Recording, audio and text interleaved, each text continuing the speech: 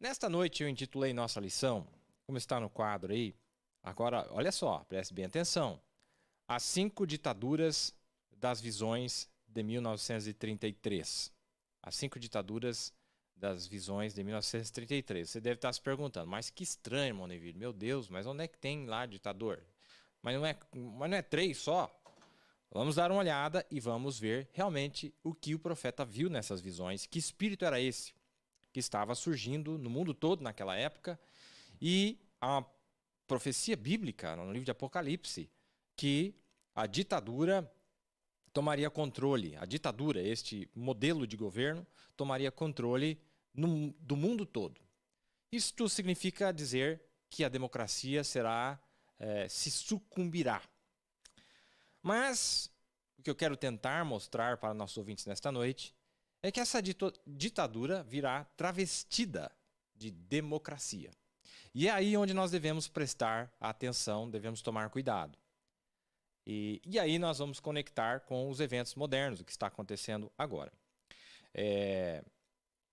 Agora, até o final do programa, quero dizer bastante coisas para vocês, mas antes eu preciso fazer essa base, trazer isso para vocês e volto a repetir.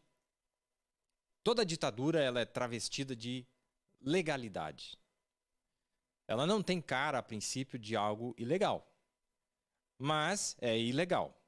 Deixa eu dar uma olhada aqui, quero mostrar para vocês um artigo que eu retirei de um jornal na internet. E esqueci de colocar a fonte aqui, mas é um jornal, realmente um artigo bom. E isso aqui não é fake news, realmente é verdade.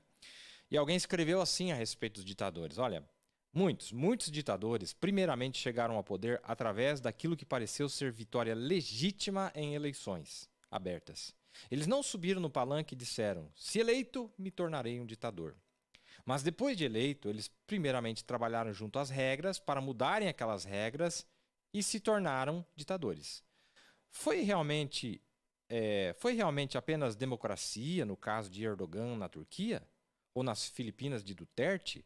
Ou na Hungria de Orbán? E deixa eu adicionar. Foi democracia mesmo que elegeu esse presidente que está no nosso governo hoje? Se você voltar um pouquinho, o que tinha acontecido um pouco antes aqui na nossa nação, eles conseguiram retirar a presidente do Brasil e dava um aspecto de que era legal, de que realmente tinha elementos jurídicos suficientes, mas, segundo a luz da nossa Constituição, aquilo não era motivo para tal. Há discussões a respeito, não quero entrar nisso. Estou apenas lançando uma plataforma. Então, esse escritor, ele diz, foi realmente apenas democracia no caso de Erdogan na Turquia, ou nas Filipinas de Duterte, ou na Hungria de Orbán? Será que tudo que esses homens inescrupulosos fazem agora era exatamente o que os eleitores queriam quando votaram neles? E devido ao fato de que as discussões a respeito de como começa uma ditadura quase que inevitavelmente ecoam o surgimento de Adolf Hitler, quer dizer, toda vez que falamos de como que surge uma ditadura, você tem que falar de Hitler, né? Foi um notável ditador nos dias modernos. Então diz o escritor aqui, vale a pena lembrar que embora ele realmente perdeu a eleição em 32, e Hitler foi apontado como chanceler, Hitler foi apontado como chanceler em 33 por meio daquilo que parece ter sido um processo constitucional legítimo. O que o escritor está dizendo para nós? Ora, ele é ditador. Inclusive, Deus chamou Hitler de ditador, porque nas visões de 33 é assim que o profeta diz que ele apareceu como um ditador. Mas o processo constitucional que colocou ele lá pela primeira vez não tinha nada fora. Ele realmente ganhou, foi apontado lá, aliás, foi apontado legalmente segundo os preceitos e normas da Constituição daquele país, a Alemanha na época. Mas depois ele não saiu do poder. O que é um ditador, então? Nem sempre é alguém que vem e usurpa o poder de uma maneira completamente legal. Não, primeiramente, às vezes é eleito como um presidente normal. Mas o que acontece a seguir é o que o transforma em um ditador. Isso, obviamente, não torna o que aconteceu posteriormente uma questão de simples escolha democrática. Vocês estão entendendo? E olha, nós podíamos fazer uma pregação aqui a respeito de ministérios, por exemplo. A legalidade, né, etc. Mas tudo bem. Tem uma escritura, uma profecia de Paulo na segunda carta aos Tessalonicenses, falando do anticristo, o homem que viria no final, o espírito que ele teria. Diz aqui, porque já o mistério da injustiça opera. Sabe, o nosso português, às vezes, ele deixa a desejar. No original, aqui, a palavra usada no grego é anoma, ou anomia. Anomia, que significa ilegalidade.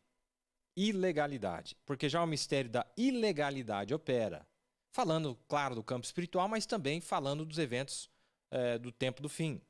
Somente há um que agora resiste até que do meio seja tirado. Então será revelado o iníquo a quem o Senhor desfará pelo assopro da sua boca e aniquilará pelo esplendor da sua vinda. A esse cuja vinda é segundo a eficácia de Satanás, com todo o poder e sinais e prodígios de mentira, e com todo o engano da injustiça para os que perecem. O que a Bíblia está dizendo? Que quando o anticristo chegasse, que ele viria com prodígios de mentira, cheio de ilegalidades, mas travestido de verdades, de legalidades, de normas da Constituição e etc. Não vai... Olha, esse camarada, Satanás, é um gênio tão grande que ele consegue pegar uma Constituição, ele consegue entrar nas brechas dessa Constituição, ele consegue quebrar essa Constituição sem transparecer que ele assim está o fazendo, dando um aspecto de legalidade para aquilo que é completamente ilegal. E nós vamos ver nesta noite, o profeta menciona várias passagens. E não se esqueça do título, porque nós vamos voltar lá. Diz aqui, Satanás com todo o poder e sinais e prodígios de mentira, e com todo o engano da injustiça para os que perecem, porque não receberam o amor da verdade para se salvarem. Então eles cairão nessas mentiras. Acreditarão nessas ilegalidades como sendo legalidades.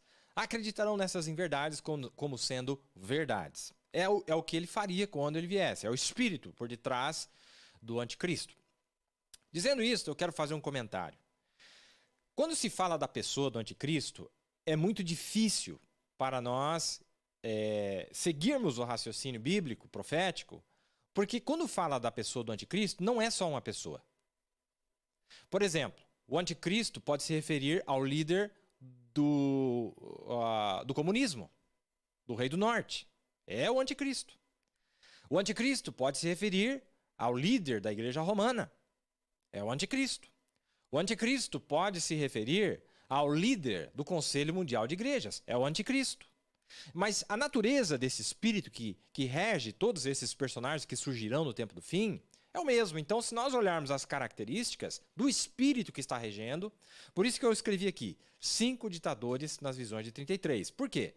Apesar das bandeiras, ideologias serem distintas uma das outras, eu creio no fascismo, eu creio no nazismo, eu creio no comunismo, o outro dizia, nós cremos no capitalismo, na democracia, mas o espírito era o mesmo, o caráter era o mesmo, os atributos eram os mesmos, a maneira, o modus operandi era o mesmo. Então, quando se fala do anticristo no tempo do fim, as pessoas se perdem muito facilmente. Por quê?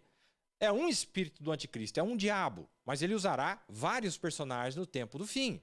Como, por exemplo, nós vamos ver aqueles 10 reis lá no livro de Apocalipse. Como, por exemplo, nós vemos outras 2 nações no capítulo 13 de Apocalipse. Como, por exemplo, nós vamos ver no capítulo 12 de Apocalipse, o anticristo. Satanás aparecendo ali, lançando água da boca da Roma, o dragão. Então, quando nós falamos dele, apesar da natureza ser a mesma, mas fica difícil, mas quem é então o anticristo? É Roma? Nos Estados Unidos da América? É o líder do conselho da igreja? Quem é? São todos eles. São todos eles. Vocês entendem?